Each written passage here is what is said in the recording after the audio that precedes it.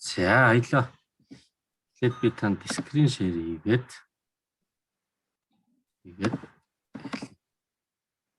за одоо харагдаж байна надад. Харагдаж байна. Тэ. За эндээс л ер нь түүхийг хийсэн гэж бодоод байна шүү дээ. Мөн үү? За. Ер нь бол инженер Гарны сүрэлгээд алдартай энэ зохиолоос. Энэ байна да. Инженер Гарны сүрэл. Би бас жоохон багтаа үзчихсэн. Бидний уншижсэн ном кинонууд байгаа шүү дээ. Яг над зохиолчин болох дээр бид нар нэг олон улсын хорол дээр байж байгаад нэг маргалдахгүй юу. Ер нь энэ лазерыг хэн анх хүндрэлтэнд санааг оруулж гисэн байгаад. Тэгээд яг Марк Твены нөгөө юу вэ штэ дэлхийн дай. За. Нөгөө Том Круз хамгийн сүүлд тоглодог штэ кинонд. Тэр чинь нөгөө Марсынхан яриад нүднээсээ лазер тусгаал хүмүүсийг устгаж мастгаад те. Тэгээд Америкууд болох дээр тэгж яриад Оросууд болох дээр гүй наадах чинь Королёв анх ингэж Королёв бүр нөгөө пожин юу өнтер бичиж байгаа. Гэхдээ тэгээд хамгийн сүүлд нь яг бүгдээрээ тохирсон. Тэгвэл ерөөсөө нэг он цаг дараадлаар ингээ харангууд ялтж явах Королёвын тэр юу нь бас шинжилгээний үндэслэлтэй л да. Королёвын ганц бичсэн өгүүлбэр байгаа байхгүй юу? Ер нь хүндрэлтэн эрчим хүчийг алсын зайд цахилгаан соронзон долгион хэлбэрээр дуртай газараа ингээд хүргэж болно гэсэн тэр концепт бичсэн. Ганцхан өгүүлбэр шүү дээ. Тэгээд олон улсын хурал дээр маргалцаар байгаа. Энэ хамгийн анхдагч санааг нь гаргасан юм байна. Тэгээ энэчнээс нь бодвол нөгөө зөвнөлт зохиолчтой тийм ээ Марсен Дан, инженер Гарны сүрэл энэ чинь гарч ирээд. Тэгээд ер нь энэ гэрлийг ийм ундаг хүчтэй энергитэй болгочих юм бол гээд. Тэгээ тэрнээс анх ер нь сэтэл аваад анхны нөгөө лазер чинь гарч ирэхдээ мазер гэдэг нэртэй байсан шүү дээ.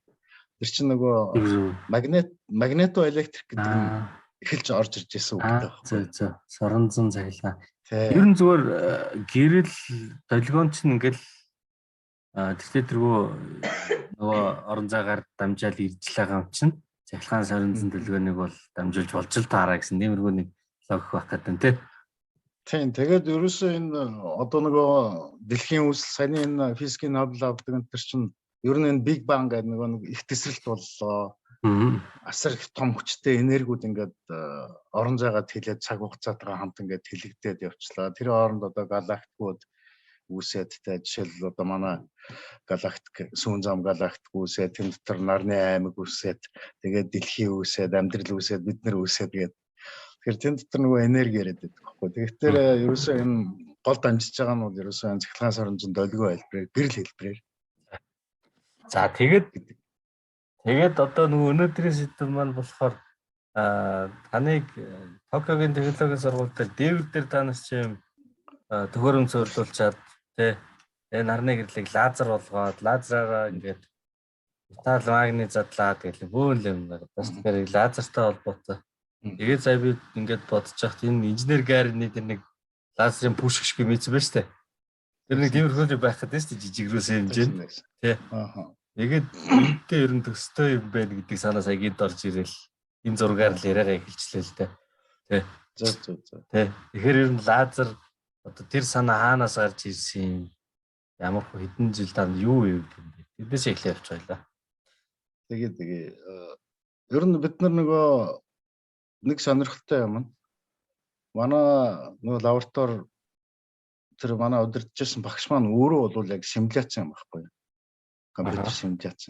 Тэгээд намайг магистрт төгсгчил манай лабораториг удирдахаар болоод тэгээ орж ирээд манер болох дээр тэгжээс байхгүй. За ер нь яг симуляц тал дээр бол бид нэр юм хийж чаднаа. Одоо харин яг бодтойгоор ингээд хийхин тулд лазер их сонирхолтой байна. Тэгээд цөмөрөө нэг лазерын тухай ярьж байгаад нэг том өрөө, хов хоосон өрөөг аваад тэгээд тэнд тэр ганцхан лазер тавиад одоогор бодох юм бол өвчин чадал энэ төр өрөвдмөр юм л та. Гэхдээ яг нэг лазер хөдөлтөж авч тавьж байгаад тэгээд тэндээс эхэлсэн байдаг байхгүй. Тэгээд тэр үед чинь бид нар ямар бус лабораторитой адилхан нөгөө нэг амар хүчрхэг болчихсон да. Одоо тэр Оскагийн лаборатори гэдэг нөгөө яг халуун цөмийн шаталтын оруулагч нөгөө лазераар ингээд тал талаас нь хасдаг шүү дээ. Тий, хүнд орон зайд. Тий. Гэтэл тийм төвшөндөө очсон байхад бид нар ерөөсөө ганцхан зүгээр нэг юм шантуур лазер тавьж байгаа л хамгаалтын хэрэгсэл байхгүй тэрийг зүгээр нэг юм цаасаа альцг марцгаар хийж жагаад тэгээ эхэлсэн байдаг байхгүй. Тэгээ яг хоо явандаа ингээд ер нь энэ эрчим хүчний асуудал гэдэг юм бол дандаа халтарч ороод байгаа байхгүй. Тэгээд ярилцж байгаа за тэгвэл энэ гэрлэр ингэж тэр эрчим хүчийг дамжуулж болдсон болов гэд. Тэгээ бид нэр эхлээд нөгөө гэрлэр одоо нөгөө битийг хөдлөх яг хэрэглээргүй орох юм бол нөгөө сансрын пуужинг тойрог зам руу гаргахын тулд нөгөө татах хүчнээс гаргахдаа доороос нь лазераар бууддаг гэдэг тийм нэг концепцууд гарч ирээд. Тэгээ яг тэр үед чинь Оросууд, Америкууд, Хятадууд энтергээд тэгээ нэг тийм группүүд нийлээд цөмөрөө нийлээд нэг олон улсын хурал зохион байгуулъя гэдэг. Тэгээ анхныхын тэр санаачилсан хурал нь Америкт болоод дараад нь хоёр дахьыг нь бид нэр за тэгвэл бид нэр энэ Японд хийчихээ гэдэг. Тэгээ Японд тэр хурлыг зохион байгуулад. Тэгээ тэр нь болох тэр NASA антер болох тэр нэг юм шампур юм конусын хэлбэртэй сансрын хөдлөг гэж бодоо. Тэгээ доороос нь лазераар буудаад тэгээд тойрог зам руу гарах туршилтууд энэ төр эхэлсэн байсан. Тэгээд яг бид нэр тэнгууд за тойрог зам гэдэг чинь атмосфер дотор байгаа юм чинь тэнд ус байж таараа. Тэгэхээр усаар ер нь ингээд юу яагаад гэж болох нь гэсэн тийм туршилтууд хийгээд эхэлсэн чинь айгүй амжилттай болоо. Тэгээд тухайн үед Нью-Йорк Таймс тэр биччихжээ яалаа. NASA-гийн гаргаж байгаа тэр нэг тойрог зам руу пуужин гарах хүчин чадлыг баг 1000 дахин илүү хүчин чадлыг нь Японд хүмүүс хийгээд байна гэсэн нэг тийм нэг өгүүлэл энэ төр гараад. Та нарын хийж байгаа ажлыг тэгээ бид нар гол нь ерөөсөө л энэ агаар мандал дотор байх юм бол усыг ашиглаж. Ус бол нөгөө өөрөө тунгалаг учраас лазерын туяа тэрүүгээрээ нэвтэрчээд тэгээд яг нөгөө хатуу тэр пуужингийн яг гадаргуу дээр очингуудаа хойшоо тесрэлт өгөхдөө нөгөө нэг усаа юу яах тэрх гэсэн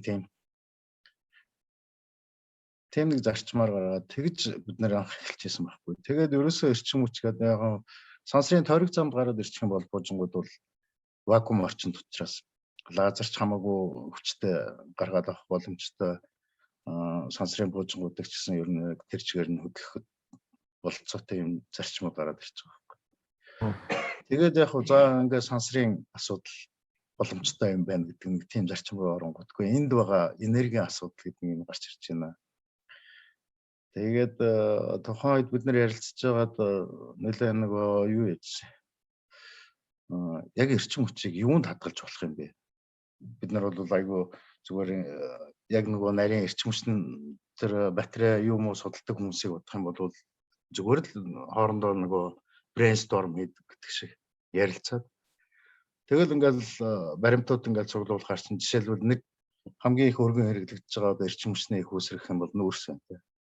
Тэг чинь л одоо 1 кг нүүрсэхэд 30 одоо мегажул дулааныг дотроо ингээ хадгалсан байж байгаа байхгүй. Тэр дулаан нь ямар үүсэлтэй юм бэ гэхээр нарнаас үүсэлтэй байгаа байхгүй. Нөгөө нар олон зуун жилээр ургамал амтны чинь ургамал байсан тэр нь ялцмаг болно. Тэгээд хувирцсаар байгаа. Газрын өршин дотор хадгалагдаад нүүрс болоод бид нар харин тэр олон зуун мянган жил нөгөө хадгалагдсан нарны энергийг гаргаж ирээд шатааж ийн л гэсэн тийм л тий дулааны энерги гаргаад авчихна. Тэгээд за тэгвэл нүүрс 30 мегажул 1 кг-да 30 мегажул юм бол гэдэг чинь их сайн нүүрс баг шүү. Тийм баг тийм ээ. Тэгвэл магний ямар хөө юм бол тэгээ яг нөгөө эрчим хүчний энэ материалууд байна шүү дээ. Тэднийг судлаад ингээ явуулсан литий, янз бүрийн материал орж ирж байгаа юм л да энэ дээр. Тэгээ ингээ хараад байсан чинь магний айгуу сонирхолтой дэлхийн хамгийн элбэг металлуудынхаа тоонд орж байгаа байхгүй. Далайн усан гэх чинь дээрээс хоёрт орж байгаа элбэг металл байхгүй. Харахад бол яг л ийм хөнгөн цагаан шиг гялтгансан цайвар гялтгар өнгөтэй металл шүү дээ. Тэгээ газрын өрсөнд дээрээс 8-т орж байгаа элбэг байхгүй. Одоо бидний зогсож байгаа газар дор гэхэд магний бол зөндөө байгаа гэсэн. Тэгэнгүүт магниг ингээд нөгөө нүүрстэй харьцуулаад харсан чинь 1 кг-д 25 мегажул эрчим хүчийг хадгалж байгаа. Тэр нь нөгөө магний тэгээд дараад нь гарч иж байгаа нь ус төрөгчийн шаталтын дулааны энергитэйгээ нийлэхдээ 25 болж байгаа байхгүй. Тэгэхээр магний чинь өөрөө биш юм байна. эсэлтэд хүчил төрөгчд ороод орж эсэлтэд дулаан ялгаруулна тий. Дулаан ялгаруулна. Тэгээ эсэлтээ дээрэс нь ус цацаад байвал нөгөө ус төрөгч ялгараад ус төрөгч өөрөө шатамхай хэмж нөгөө шаталтаа улам дэмжиж. Тэгээ яг тэр дулаанаар нь хэмжингүүд 25 мегажул болж байгаа. Тийм дулааныг багтааж чадах ийм материал байдığım байна. Тэгээд энэ маань ер нь хаанаас ирсэн юм бэ гэдэг бас нэг сонирхолтой юм зүгээр цаавгүйтэй бид судлаад үзсэн чинь магний хаанаас үүссэн юм бэ гэж юу? Хаанаас ер нь энэ дэлхий дээр ирээд ингээд тогтцсон юм бэ? Гэсэн M564 билүү дээ. Би одоо яг дугаарыг марч. Тэр галактик нөгөө юугаар дуран аваагаар харах дээр хамгийн их нөгөө магнигийн спектр гэдэг чинь нөгөө цацрагж байгаа гэрлийн тэр нь магнигийн тэр цацрагдаг гэрэл хүчтэй ирдэг тийм галактик байхгүй юу?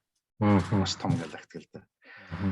Тэгээд бодвол нөгөө нэг Big Bang их тесрэлт ингэж болж байхад тэнд нэг тийм магний маш ихээр хоримтлагдсан галактик үүсээд тэгвэл тэр чинь бас ингээд тесрээд тэгэнгүүт л нөгөө дараад нь одоо манай галактик үүсээд дэлхийн үүсээд ингээд энэ газрын өрсөнд дотор ингээд холилдоод ороод ирсэн. Уул нь бол нөгөө эвлэг системээр харах юм бол 12 дугаарт байж байгаа элемент шүү дээ. Австрагч чинь бол 1-р гэхдээ 1 гэдэг. Тэгэхээр яг ер нь гарал үүслийн хувьд бол тийм юм байна гэсэн нэг тиймэрхүү зөвлөд болоод тэгвэл тэр харгаас нисч ирсэн юм байна. Гэхдээ нэг сонирхолтой нь магний чинь нөгөө ногоон ургамлын бид нар нөгөө 10 жил дүнбож тэр хлорофиллийн ургал гэдэг болдог шүү дээ нөгөө ягаад нагч ногоон өнгөтэй байдаг вэ?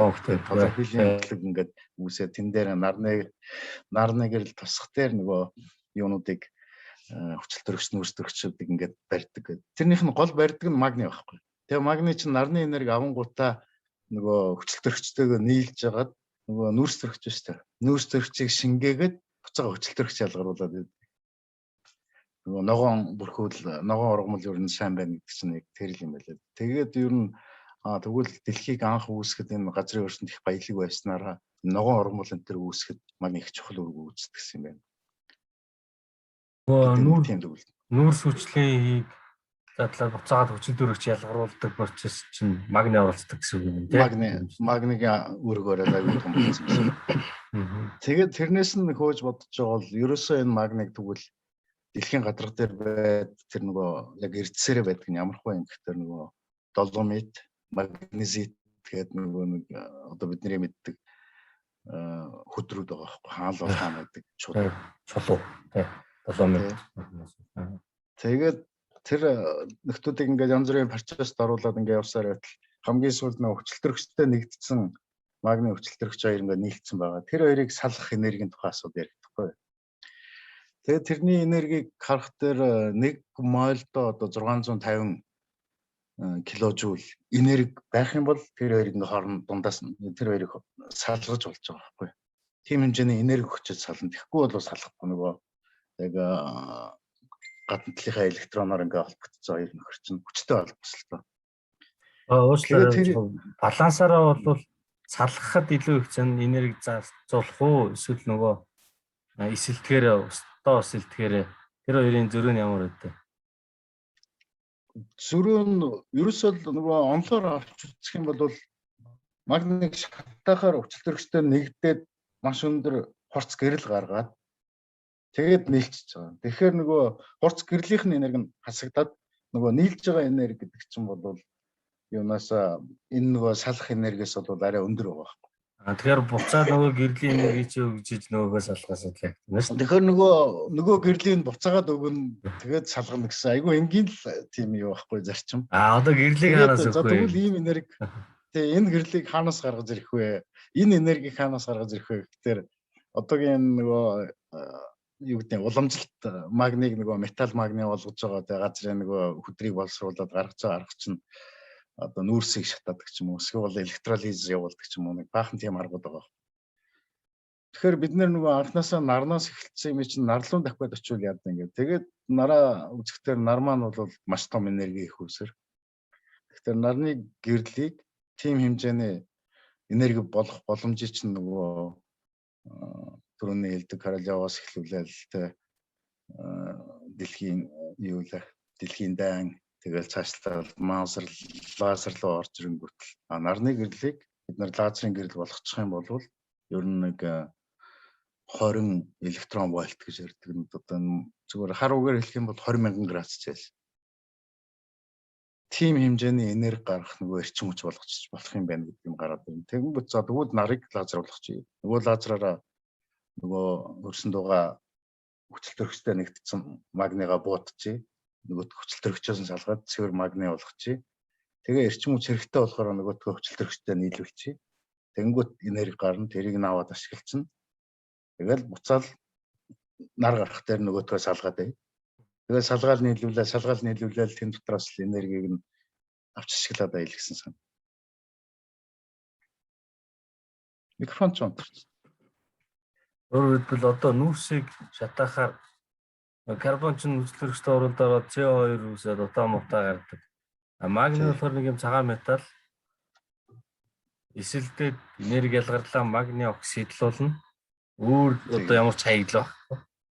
Буцаад нөгөөхөө задлаад ашиглацгаар ингээд ямар нэг утаа үнс юм байхгүй цэвэр энерги энэ байна шүү дээ.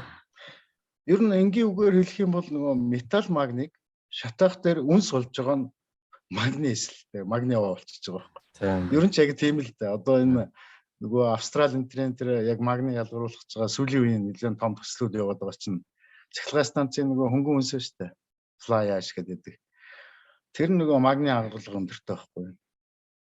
Тэгэнгүүт тэрийг магниг нь гаргаж аваад ингэчээ гэдгээрээ нөгөө байгаль экологт сайн ер нь ирээдүйтэй гэсэн маягаар дэмжигдээ явж байгаа тийм төстэй байна.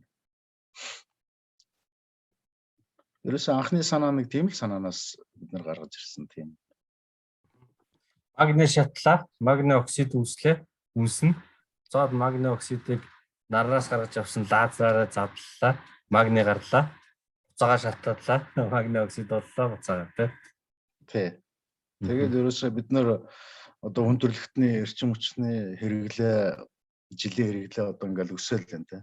Тэгэхээр бид нар нөгөө нөөцөө харах дээр магний чинь газрын хөрсөнд далаад маш их хэмжээгээр байж байгаа учраас бид нар ер нь нэг өөрсдийнхөө эрчим хүчний хэрэглээ тохирох магнигаа л аваад тэрийг саяны энэ цикл тийм ээ тэрэндээ хэрэгжилчихнэ. Тэгээд өшөө нэмэгдэхээр бол дахиад жоохон нэмээд авчна. Тэгээд хамгийн гол нь байгаль орчинд тийм хаягдл юм үүсэхгүй цэвэр энерги болж байна гэсэн. Тэгэхээр чин хамгийн түгээмэл байгаа нэг элементийг цэвэр төлш болгож ашиглаад утаа байхгүй, үнс байхгүй, буцаагаа задлаад ингээд дэлхийн эрчим хүчний байгаль орчны уур амьсгалын өөрчлөлт хүлэмжийн хамаг асуудлыг шийдчихнэ үстэй. Та нарын одоо нээлтээр бол тий.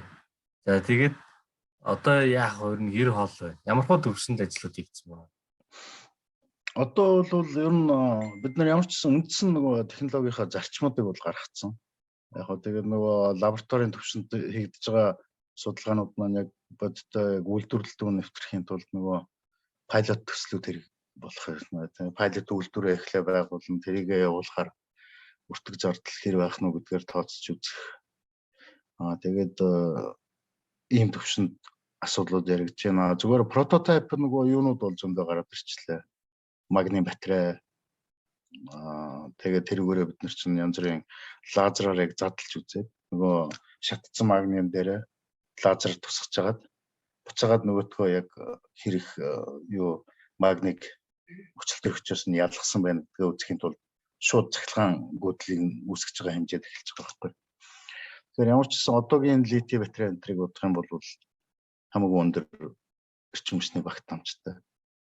Тийм гэдгүүдийн ямар ч гэсэн тодорхойлцсон. Тэгээд ер нь одоо бол юу гэдэг юм байгаа нөгөө хүмүүсийн бас нөгөө цэвэр экологи дээлтэй эрчим хүч энтрийг сонирхдаг ийм эрүү үед болоод эхлэнгүүт иймэрхүү төслүүдийг бол санхүүжүүлэх спонсорлох тэр хандлага нь хамаагүй өндөр болоод эхэлж байна. Магний батарей гэлээ шүү дээ та сая. Тэр магний батарей ямар зарчмаар ажиллахтай гэж яхан тодруулаад. Магний батарей бол бас яг л хүндрэлтэн байдаг энгийн нөгөө бараг 200 жилийн өмнө нөгөө fuel cell буюу түлсэн зарчмыг нь гаргаад ирсэн. Тэр бол ерөөсөө л ус дөрөгч хүчил дөрөгч хоёрыг хооронд нь ионжуулж агаад уралд оруулангууд л нөгөө юу н хасах нэг электрон гүгэл цахилгаан зэрэгтэй. Тэрний хамгийн гол нь нөгөө юу н ануудыг нь бид нар магнигаар хийчихэж байгаа байхгүй. Тэгээ энэ талаасаа усаар юу хүчил төрөгч орж ирнэ.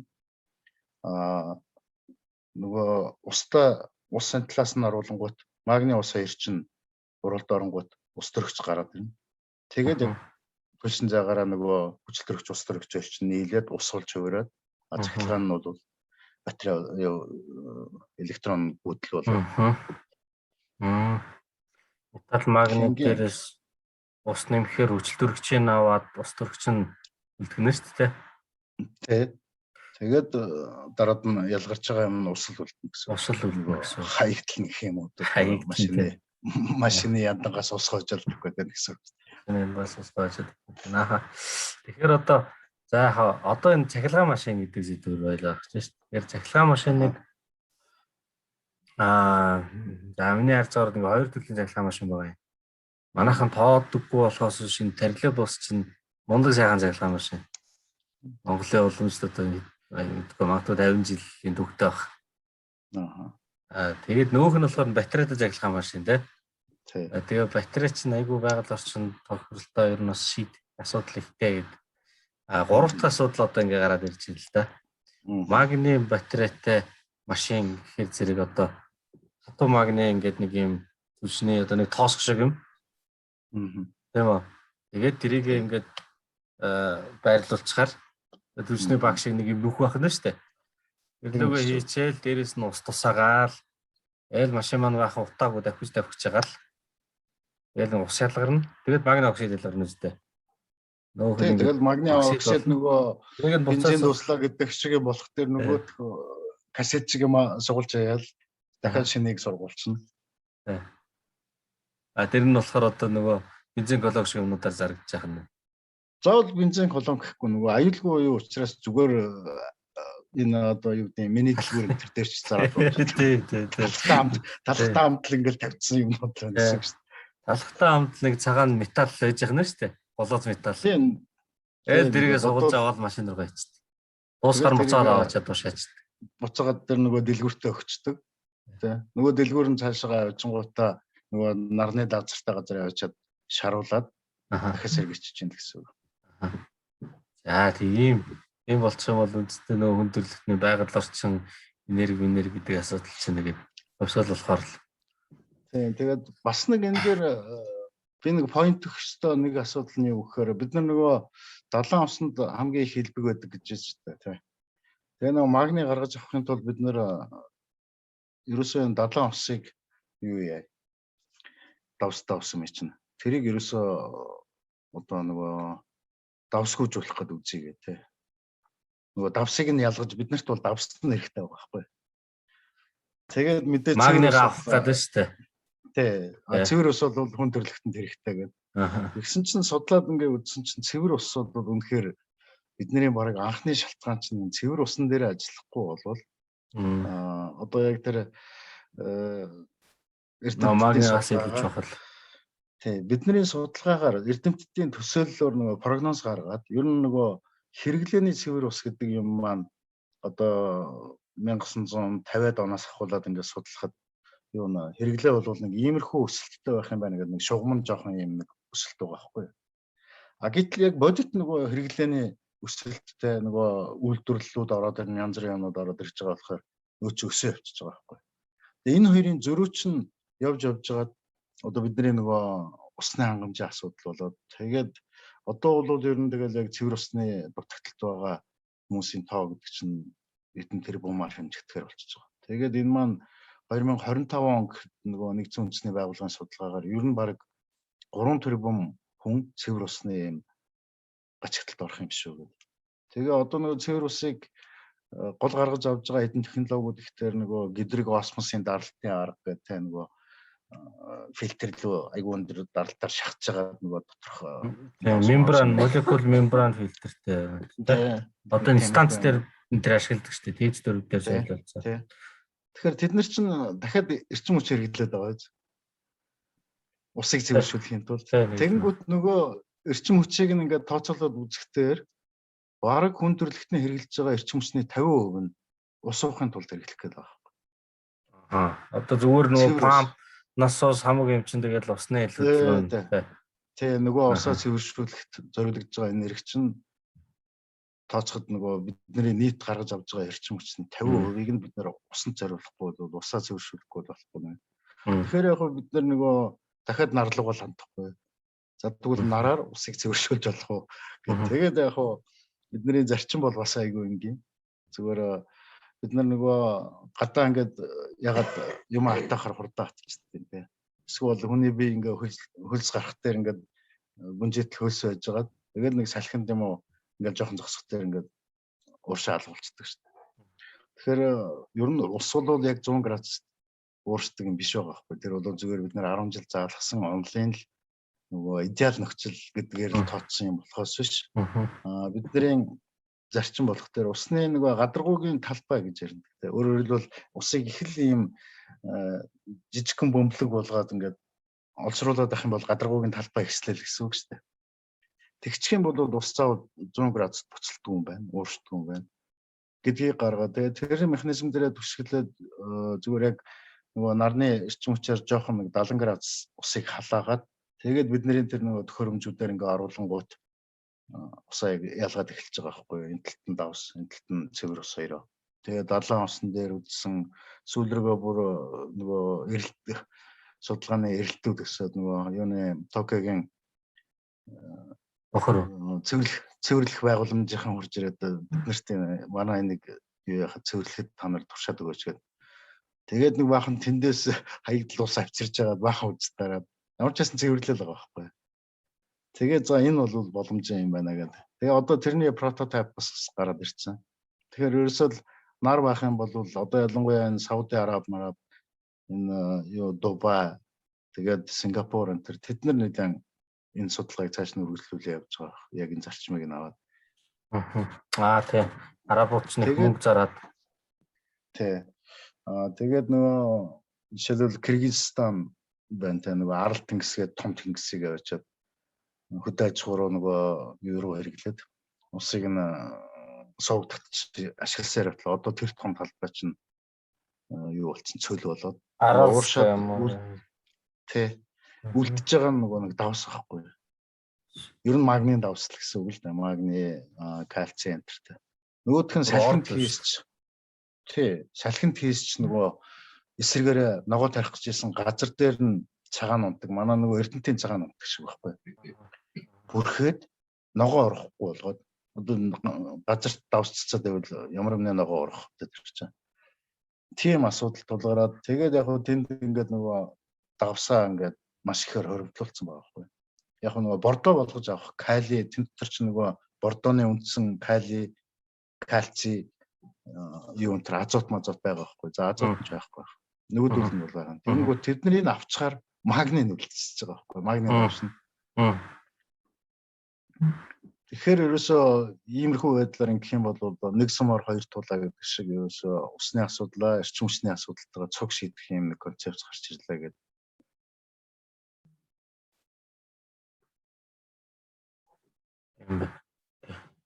Инженер Гарины тоглоом шиг юмнаас эхлээл тэгээд лазераар тоглож байгаа л энерги уусгах шиг энерги уусгах шиг юм нэг концепт гаргаж ирээд тэгснэ усны уусгах шиг юм гаргаж ирээд за тэгээд гол асуудал бол нарыг лазер болгож авах асуудал шүү дээ нэгдүгürt гаргасан лазераа яаж хэрэглэх вэ гэдэг. Тэгэхээр тэр одоо жижигрүүлсэн прототип байна уу том үйлдвэр ямар байх яаж нарны хэрэглээг лазер болгож байгаа. Тэрийг нэг товчоо тэр нь нарны гэрдийг бас лазерын туяа болгох нь бас өнөө хүртэл гарч ирсэн технологиудыг зөв услуулж чадах юм бол аюу боломжтой. Жишээлбэл одоо бидний хамгийн сайн мэддэг линз. Тэгэхээр одоо энэ линз болох төр ийм зузаан шилэн те. Энэ рүү орж ирээд энэ чинь ингээд фокуслж чаддаг шүү дээ. Тэгэхээр энэ ийм зузаан байх хэрэггүй болгоцсон нөгөө Fresnel линз гэдэг нэрлэдэг байгаа бидний зүгээр ийм хавтгай нэмгэн пластик дээр линзийг ингээд байршуулж болдог. Тэгэнгүүт бид нэр их том линзүүдийг хийж чадна. Тэгээд тэр нь хөнгөн ийм хавтгай пластик дээр нөгөө пянц шиг ингээд нөгөө энэ гүдгэр гадар чинь хавтгай дээр болгоцсон ийм пянцны юм шиг болгоцсон учраас тэгэхээр тэрүүгээр нарны гэрлээ фокуслж авчирч байгаа. Тэгээд нарны лазерын одоо орчин гэж нэрлэдэг биднийхаар бол зүгээр нэг юм нөгөө өстой инженер гарны сүрэл дээр нэг алмаз хайгаал тавих гэдэг шүү дээ. Нөгөөдхийгөө юу яах лазер болох нэг юм маш өндөр үнэтэй юм алмаз эрдний чулуу хайгаал тэрийг олж авдаг. Тэрэн шиг нөгөө тэр кристаллыг бид нэр яг тэр нөгөө фокуслсан газар нь тавиад тэгэхээр тэр маань нөгөө нарны гэрлийг оруулж агаад өөрөө бас яг нөгөө саяны уралтай адилхан лазерын юутай адилхан дотор нь ороод өдөөгдсөн нөгөө нэг дотор нь байгаа элементүүд чинь өдөөгдөж буухта дахиад гэрэл гаргаад байгаа. Өдөөгдөөл нэг ингэж одоо нөгөө энергийн өөр төлөвт рүү орно гэж ярьдаг шүү дээ. Нарны нөгөө тэр өндөр энергийг авангуудаа өөр төлөвт ороод тэгээ буцаад ялтчгүй буужлаа юм. Буухта дахиад гэрэл гаргасан. Тэдний цуглуулах дээр нөгөө яг бүгдээрээ адилхан долгионы урттай, долгион юутай хэлбэлзэл амплитууд нь яг адилхан тийм долгион болж хувирсны цуглуулах дээр л лазерын туяа авчиж байгаа гэсэн. Лазер маань ч гэсэн өөрөө их энгийн технологи л доо.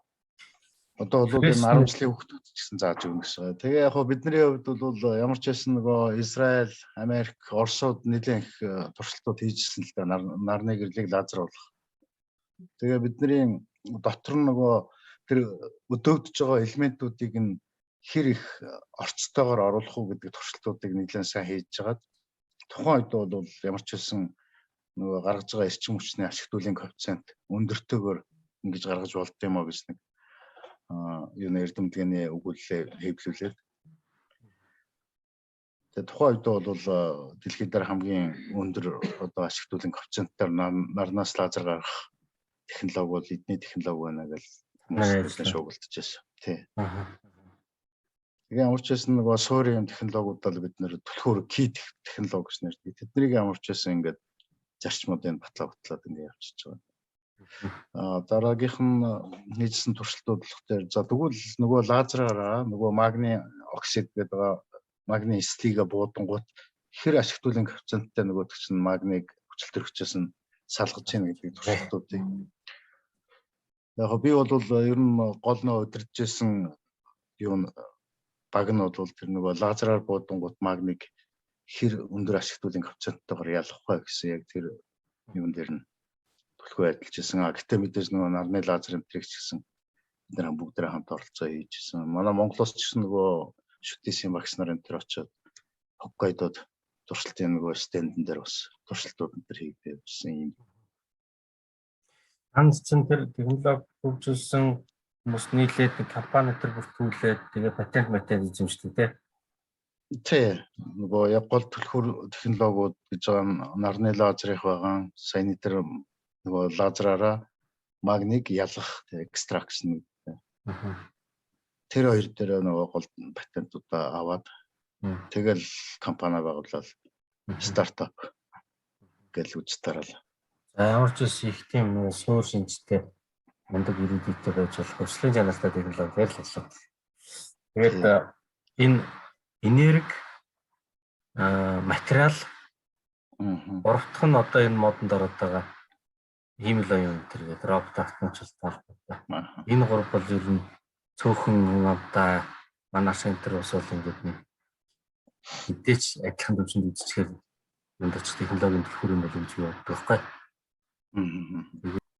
Ер нь яг л одоо технократууд энэ улсыг авч явах нь хамаагүй илүү давмгай болчихж байгаа. Яагаад вэ гэхээр чинь яг саяны хэлдгээр нэгдлийн өнцгөөс харахад энэ нөгөө технологиор их юм шийдэт байна. Нөгөөдлийн өнцгөр харах дээр одоо бид нэр энэ аж үйлдвэрийн 1-р хувьсгалаас ахуулаад 3-р хувьсгал ингээл ярьдаг те. Эцсийн дүндээ бид нэр ерөөсөө байгалыгаа ерөөсөө нэлээд яд хийцэн усууч.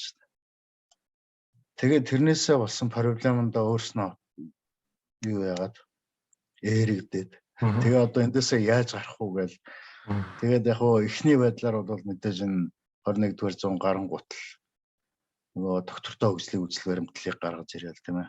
За ерөөсөө энэ хөгжил гэдгийг бид зөвхөн эдийн засгаар харахгүй мэн энийг нийгэм, байгаль орчин, эдийн засаг гуруулаа яг ингэж баланслсан хөгжил байлгахгүй бол ер нь тэгээд болохоо байлаа шүү гэсэн л асуудал гарч ирээд.